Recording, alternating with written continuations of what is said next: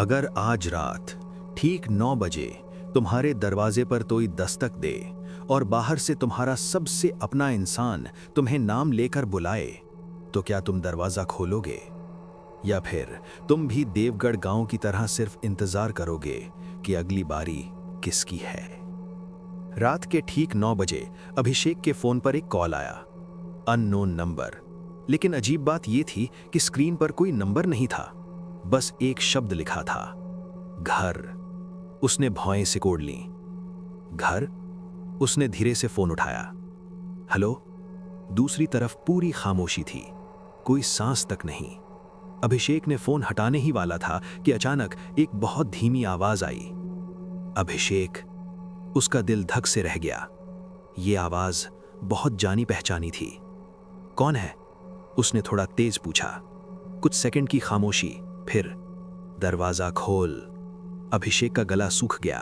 ये आवाज उसके बड़े भाई आदित्य की थी, लेकिन आदित्य 2 साल पहले मर चुका था। अभिषेक के हाथ कांपने लगे। ये मजाक मत करो, कौन है? फोन की दूसरी तरफ हल्की हंसी सुनाई दी, धीमी लेकिन अजीब। तूने मुझे अंदर क्यों नहीं आने दिया था उस रात? अभिषेक की आंखें फैल गईं। कौन सी रात? वो रात जब मैं दरवाजे पर खड़ा था और तूने दरवाजा नहीं खोला। अभिषेक का दिमाग घूम गया। ऐसा कभी नहीं हुआ था, या हुआ था? अचानक ठक ठक ठक, दरवाजे पर दस्तक हुई। फोन अभी भी उसके कान पर था और उसी आवाज ने अब दरवाजे के बाहर से कहा, अब तो खोल देगा। अभिषेक जड़ हो गया। उसकी नजर धीरे धीरे दरवाजे की तरफ गई। कमरे की लाइट अपने आप झिलमिलाने लगी। हवा ठंडी हो गई। भाई, मैं बाहर हूं। अभिषेक धीरे धीरे दरवाजे की तरफ बढ़ा। हर कदम भारी लग रहा था। उसका हाथ कुंडी तक पहुंचा और तभी उसे याद आया। गांव में आने के पहले दिन एक बूढ़ी औरत ने उसे रोका था। बेटा, 9 बजे के बाद अगर कोई बुलाए तो जवाब मत देना। अभिषेक का हाथ रुक गया। बाहर से आवाज बदल गई। अब वो आदित्य नहीं था। डर गया। अचानक धड़ाम, दरवाजा जोर से हिला। फोन अपने आप कट गया और दरवाजे के नीचे से धीरे धीरे काला धुआं अंदर घुसने लगा। अभिषेक पीछे हट गया। उसकी सांसें तेज हो गईं। धुआं फर्श पर फैलने लगा और उसमें से उंगलियों जैसी आकृतियां बनने लगीं। अभिषेक चीखा, कोई है? लेकिन पूरे घर में कोई आवाज नहीं थी। जैसे वो अकेला नहीं था, लेकिन फिर भी कोई इंसान नहीं था। उस रात अभिषेक को पहली बार एहसास हुआ, यहां कुछ गलत है और ये उसे पहचानता है, बहुत अच्छे से। सुबह हुई, लेकिन नींद नहीं आई थी। अभिषेक पूरी रात जागता रहा। दरवाजे के पास वो काले निशान अभी भी थे। उसने अपने पापा विक्रम रावत को सब बताया। विक्रम कुछ देर चुप रहे। उनका चेहरा सख्त हो गया। तुमने दरवाजा खोला? नहीं। उन्होंने गहरी सांस ली। अच्छा किया। पापा, वो भैया थे। विक्रम ने उसकी आंखों में देखा। धीरे से बोले, नहीं, वो सिर्फ दिख रहा था। अभिषेक का दिमाग सुन्न हो गया। इस गांव में एक नियम है, 9 बजे के बाद किसी भी आवाज का जवाब नहीं देना है। क्यों? विक्रम ने खिड़की के बाहर देखा। उनकी आंखों में डर था। क्योंकि वो तुम्हें पहचानती हैं। कौन? वो जो यहां मरे थे। अभिषेक चुप हो गया। 20 साल पहले यहां एक हादसा हुआ था। विक्रम उसे गांव के बाहर ले गए। वहां एक जला हुआ स्कूल खड़ा था।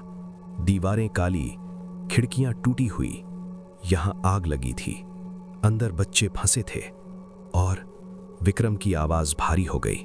कोई उन्हें बचाने नहीं गया। हवा ठंडी हो गई। लोगों ने अपने दरवाजे बंद कर लिए। अभिषेक के रोंगटे खड़े हो गए। उस रात पहली बार दस्तक हुई थी और जिसने दरवाजा खोला, विक्रम ने उसकी तरफ देखा। वो कभी वापस नहीं आया। उस रात अभिषेक ने सब कुछ डबल चेक किया। दरवाजा बंद, खिड़कियां बंद, लाइट बंद, फोन स्विच्ड ऑफ। लेकिन डर बंद नहीं हुआ। घड़ी की सुइयां धीरे धीरे 8:59 पर पहुंची। अभिषेक बिस्तर पर बैठा था। उसकी नजर दरवाजे पर टिकी थी। 9 बजे। इस बार कोई घंटी नहीं बजी, बल्कि पूरा घर अचानक बहुत ज्यादा शांत हो गया। इतना शांत कि उसे अपनी हार्ट बीट भी साफ सुनाई दे रही थी। और तभी टक, कमरे के अंदर कहीं से आवाज आई। अभिषेक जम गया। उसने धीरे धीरे सिर घुमाया। कमरा खाली था। फिर टक टक टक। अब ये आवाज दीवार के अंदर से आ रही थी, जैसे कोई अंदर फंसा हो। कौन है? उसकी आवाज कांप रही थी। कुछ सेकंड कुछ नहीं। फिर दीवार पर हल्की सी दरार उभरी। अभिषेक की आंखें फैल गईं। दरार धीरे धीरे बढ़ने लगी और फिर उसमें से कुछ बाहर निकलने लगा। पहले उंगलियां, लंबी, काली, गीली, फिर एक हाथ और फिर एक चेहरा। अभिषेक का दिल रुक गया। वो चेहरा उसका खुद का था। उसी जैसी आंखें, उसी जैसे बाल, उसी जैसी शक्ल। बस फर्क इतना था, उसकी आंखें पूरी काली थीं और मुस्कान अजीब, टेढ़ी। तूने दरवाजा नहीं खोला। वो चीज दीवार से आधी बाहर निकल आई तो मैं खुद आ गया। अभिषेक पीछे हट गया। उसकी सांसें तेज हो गईं। तू कौन है? वो हंसा। आवाज गूंजने लगी कमरे में, उसके दिमाग में। मैं तू हूं। अचानक उसका चेहरा पिघलने लगा और उसके अंदर से कई और चेहरे झांकने लगे। बच्चों के, औरतों के, आदमी के। सबकी आंखें खाली, सबके मुंह खुले, जैसे चीख रहे हों। हम अंदर आ चुके हैं। अभिषेक की चीख निकल गई। नहीं। अचानक सब कुछ गायब हो गया। कमरा फिर से खाली था। दीवार ठीक थी, लेकिन फर्श पर एक काली गीली लकीर थी जो धीरे धीरे उसके बिस्तर की तरफ बढ़ रही थी। उस रात अभिषेक को समझ आ गया, दरवाजा बंद करने से कुछ नहीं होगा। वो रास्ता ढूंढ लेते हैं और अब वो अंदर हैं। सुबह हुई, लेकिन अभिषेक के लिए सब बदल चुका था। उसने रात की घटना किसी को नहीं बताई, क्योंकि उसे खुद यकीन नहीं हो रहा था कि वो सच था या सपना। लेकिन एक चीज साफ थी, वो अब अकेला नहीं था। जब वो आईने के सामने खड़ा हुआ, कुछ सेकंड के लिए उसे लगा कि उसका रिफ्लेक्शन उससे थोड़ा देर से हिला। अभिषेक पीछे हट गया। ये क्या था? उसने फिर देखा। सब नॉर्मल था, लेकिन तभी आईने में उसके पीछे कोई खड़ा दिखा। अभिषेक ने तुरंत पीछे देखा, कोई नहीं। फिर आईने में देखा। इस बार एक बच्चा खड़ा था। जला हुआ चेहरा, काली आंखें, और वो धीरे धीरे मुस्कुरा रहा था। अभिषेक का गला सूख गया। तू वापस आ गया, आवाज आई। अभिषेक पीछे हट गया। मैंने कुछ नहीं किया। बच्चा धीरे धीरे आगे बढ़ा, लेकिन सिर्फ आईने के अंदर। लेकिन तू उसी गांव का है।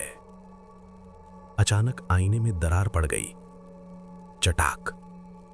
अभिषेक डर के मारे पीछे गिर गया। नीचे फर्श पर आईने के टुकड़े बिखर गए और हर टुकड़े में वही बच्चा दिखाई दे रहा था, अलग अलग एंगल से, लेकिन हर जगह वो उसे देख रहा था। हम भूलते नहीं, हम इंतजार करते हैं। अभिषेक ने आंखें बंद कर ली। बस बंद करो। तभी कमरे का दरवाजा अपने आप खुल गया, धीरे धीरे, और बाहर से ठंडी हवा अंदर आई। उस हवा के साथ एक फुसफुसाहट आई। आज रात वापस आना। अभिषेक ने आंखें खोली। कमरा खाली था, लेकिन उसे अब समझ आ चुका था, ये सिर्फ बाहर नहीं है, ये उसके अंदर भी घुस रहे हैं। और सबसे डरावनी बात, उसे अब इनकी आवाज सुनाई देना शुरू हो गई थी। उस रात अभिषेक ने तय कर लिया, अब वो भागेगा नहीं। शाम के 8:30 बजे वो अपने पापा विक्रम रावत के साथ गांव के बाहर खड़ा था। उनके सामने वही जला हुआ स्कूल था, हवा में अजीब सी बदबू थी, जैसे जली हुई चीजें अब भी सड़ रही हों। यही है वो जगह, विक्रम ने धीरे से कहा। अभिषेक ने स्कूल की टूटी खिड़कियों की तरफ देखा। उसे ऐसा लगा जैसे अंदर कोई हिल रहा हो। पापा, क्या ये सही है? विक्रम ने उसकी तरफ देखा। अगर आज नहीं किया तो ये तुझे छोड़ेंगे नहीं। अभिषेक ने हिम्मत जुटाई। दोनों अंदर चले गए। अंदर कदम रखते ही तापमान अचानक गिर गया। फर्श पर राख की मोटी परत थी, दीवारें काली और हर जगह छोटे छोटे हाथों के निशान। अभिषेक के रोंगटे खड़े हो गए। ये बच्चों के हैं? विक्रम ने सिर हिलाया। अचानक धड़ाम, पीछे का दरवाजा अपने आप बंद हो गया। अभिषेक घबरा गया। पापा, विक्रम ने शांत रहने की कोशिश की। डर मत, यही चाहते हैं वो। और तभी अंधेरे से एक आवाज आई, तुम वापस आ गए। आवाज बहुत धीमी थी, लेकिन हर दिशा से आ रही थी। अभिषेक ने चारों तरफ देखा, कुछ भी दिखाई नहीं दे रहा था। तुम हमें छोड़कर भाग गए थे। अचानक दीवारों पर बने हाथों के निशान हिलने लगे, जैसे वो जिंदा हों। एक एक करके वो निशान दीवार से अलग होने लगे और फर्श पर गिरने लगे। और फिर धीरे धीरे उनका रूप बनने लगा। छोटे छोटे जले हुए बच्चे, उनकी त्वचा काली, आंखें खाली। अभिषेक पीछे हट गया। ये क्या है? एक बच्चा आगे बढ़ा। उसका चेहरा आधा जला हुआ था। तुम वापस आ गए, विक्रम ने कांपती आवाज में कहा। हम माफी मांगने आए हैं। कुछ सेकंड सन्नाटा, फिर सभी बच्चों ने एक साथ सिर झुका लिया और धीरे धीरे हंसने लगे। वो हंसी इंसानों जैसी नहीं थी। अभिषेक का दिल जोर से धड़कने लगा। उसे समझ आ गया, ये जगह जिंदा है और ये उन्हें जाने नहीं देगी। वो अब अंदर फंस चुके हैं। अचानक पूरा कमरा अंधेरे में डूब गया। सिर्फ बच्चों की आंखें दिख रही थीं, खाली, चमकती हुई। अभिषेक ने पापा का हाथ पकड़ लिया। पापा, चलो यहां से। लेकिन दरवाजा गायब था। जहां दरवाजा था वहां अब सिर्फ एक काली दीवार थी। अब कोई बाहर नहीं जाएगा, आवाज गूंजी। इस बार स्पष्ट थी। और फिर अंधेरे से एक बड़ी आकृति उभरी। वो बाकी बच्चों जैसी नहीं थी, वो लंबी थी। उसका शरीर टेढ़ा मेढ़ा, चेहरा जला हुआ और उसकी आंखें सीधे अभिषेक पर टिकी थीं। तू वापस आ गया। अभिषेक कांप गया। मैंने कुछ नहीं किया। वो आकृति धीरे धीरे उसके करीब आई। लेकिन तू उसी का खून है। अभिषेक के दिमाग में कुछ चमका। क्या मतलब? विक्रम ने आंखें बंद कर लीं। सच अब छुप नहीं सकता था। अभिषेक, उनकी आवाज टूट रही थी। उस रात मैं भी वहां था। अभिषेक जम गया। मैंने दरवाजा नहीं खोला। सन्नाटा। अभिषेक की आंखों में आंसू आ गए। आपने उन्हें मरने दिया? विक्रम की आंखों से आंसू गिरने लगे। मैं डर गया था। अचानक सभी बच्चों की आवाज एक साथ गूंजी। अब तुम्हारा बेटा भी डर महसूस करेगा। और अगले ही पल कई हाथ अंधेरे से निकले। उन्होंने अभिषेक को पकड़ लिया। उसकी चीख निकल गई। पापा! विक्रम चिल्लाए। उसे छोड़ दो। वो आकृति मुस्कुराई। अब उसकी बारी है।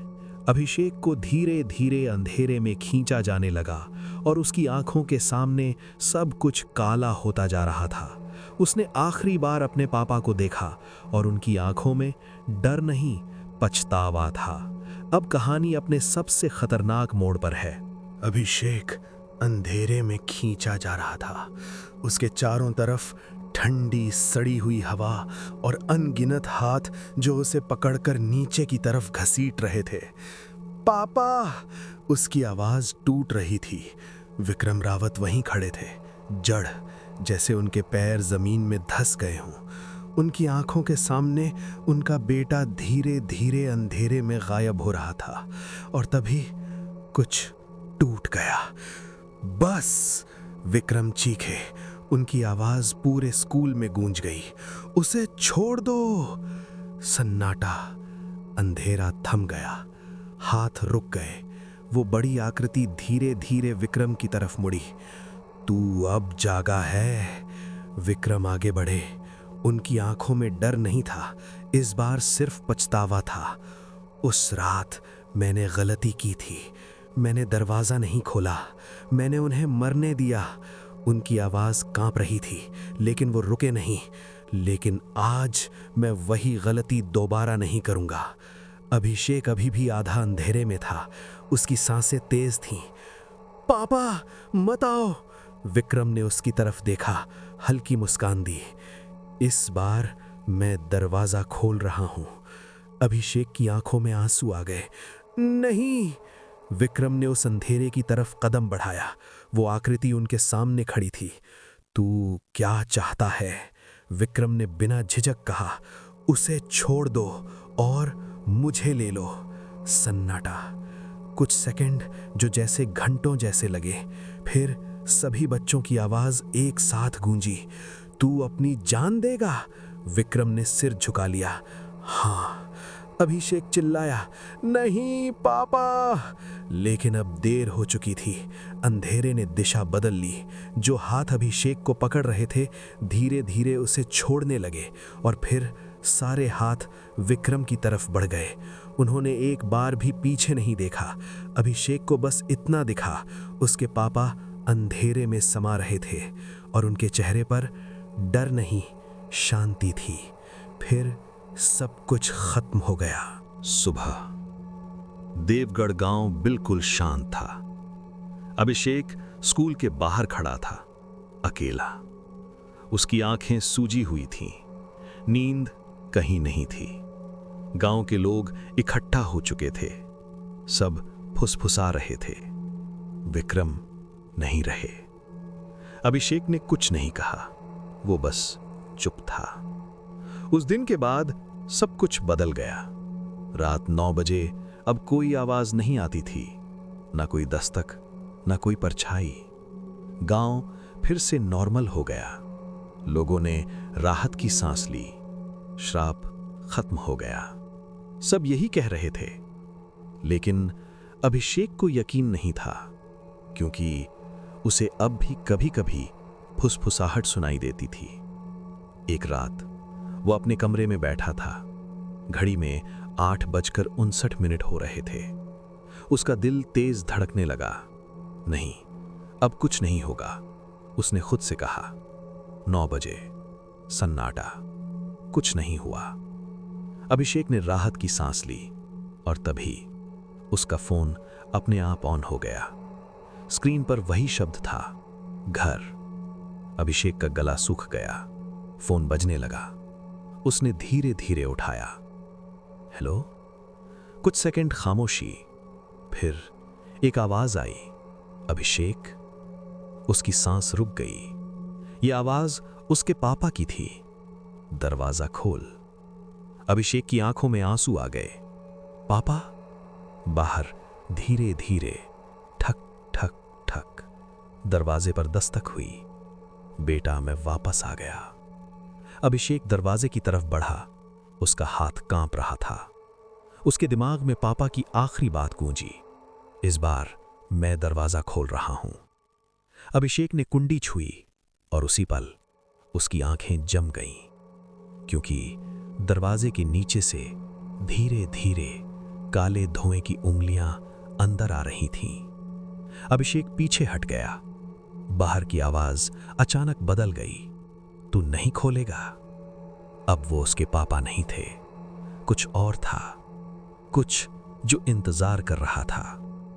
और अचानक अभिषेक मुस्कुराया। धीरे धीरे उसने कुंडी घुमा दी। क्लिक, दरवाजा खुल गया। बाहर कोई नहीं था, बस अंधेरा। और उस अंधेरे में कई आंखें चमक रही थीं। उस रात के बाद देवगढ़ में फिर से दस्तकें शुरू हो गईं, लेकिन इस बार आवाज बाहर से नहीं आती थी, वो अंदर से बुलाती थी। और जिसने भी दरवाजा खोला वो कभी वापस नहीं आया, क्योंकि कुछ दरवाजे बंद नहीं होते, उन्हें खुलवाया जाता है। और जब वो खुलते हैं तब कहानी खत्म नहीं होती, असली डर शुरू होता है।